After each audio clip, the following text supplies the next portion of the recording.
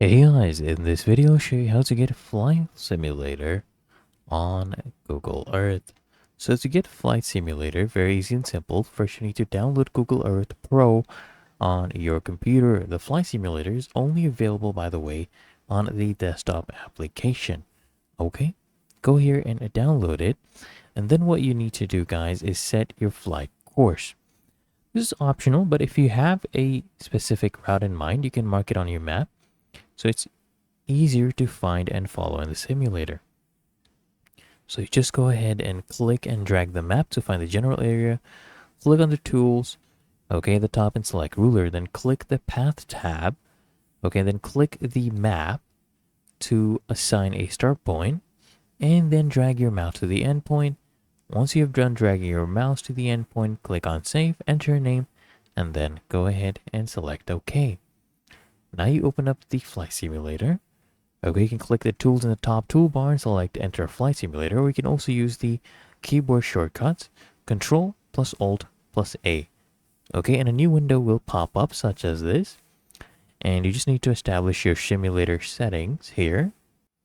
So there's three parts to this. So we have the aircraft. You choose the airplane you would like to fly.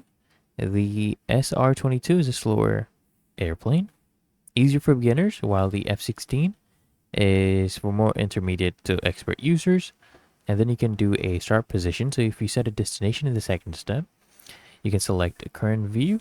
Otherwise, you can select an airport or your last position on the flight simulator. What I would suggest is if you're a beginner, go ahead and use the New York airport. And then what you can do is check the box for joystick support if you're using a joystick to control your plane. And then you just go ahead and click on start flight.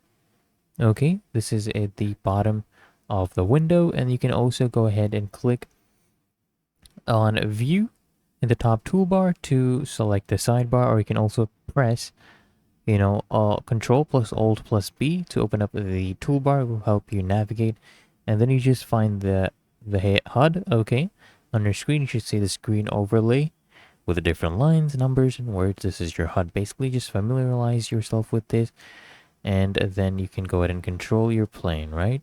Just understand the inverted controls. So when you move the mouse down the screen, the nose will pitch up. Okay, and when you move the mouse up the screen, the nose will pitch down. And to turn right, guys, you just move your cursor to the right until the ground is directly to your right, and move the cursor to the bottom of the screen. This will cause you to turn to your right, and to turn to your left, the same process, but it's a vice versa. If you want to fly upward, you just angle by moving the cursor to the bottom of the screen. If you want to fly downward, you just angle down by moving the cursor to the top of the screen. Okay, really easy. And if you want to go ahead and land, you just fly the airport towards the airport you would like to land at, and then you can just go ahead and line up towards the runway. Okay, and do your final descent. Really that easy and simple.